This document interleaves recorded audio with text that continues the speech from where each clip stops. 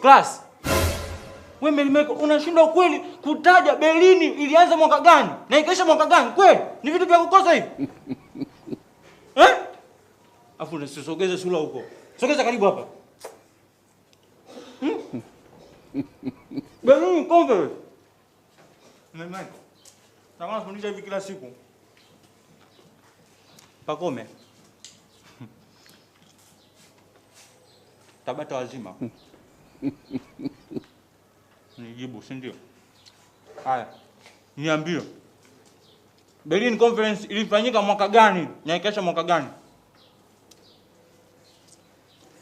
Huko Tabata mfanyage vikao nyie. Kwa? Mbadilishe swali, sio? Nimeuliza kwenye history pale. Kuna swali niliuliza. Kwa nini Afrika tulitawaliwa? Kwa nini Afrika tulitawaliwa? Wewe unatakiwa ukae. Kujituma mwezi, sasa utajituma vipi?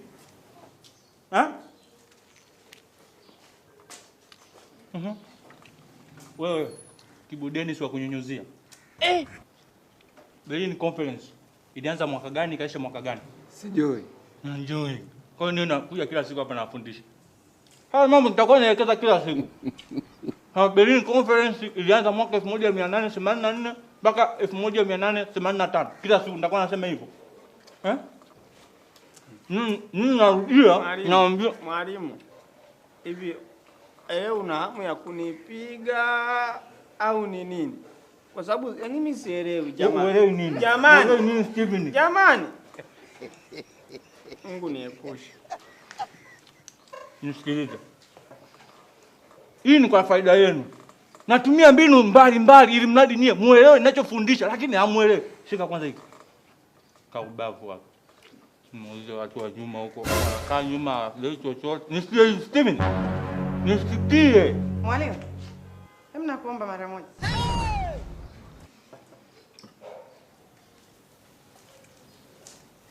Mwalimu. Karibu. Nini kile unakifanya mwalimu? Unajua kufundisha huku unakula kisheria hairuhusiwi. Wewe si una taaluma ya ualimu, hicho unachokifanya ni sawa? Na mbona taaluma yako hairuhusu kufanya vitu kama hivyo? Hem, nikuulize swali kabla hujanijibu kwanza. Hata kama ni wewe unafanywa kitu kama kile, wewe kuweza unawekewa chakula usoni kabisa, Nilikuwa nawafundisha kwa vitendo na namshukuru Mungu baadhi ya wanafunzi kweli wameelewa. Nilikuwa nawasogezea hivi karibu ili wanielewe kwa karibu. Kwa mwalimu ulichokifanya pale unaona kiko sawa?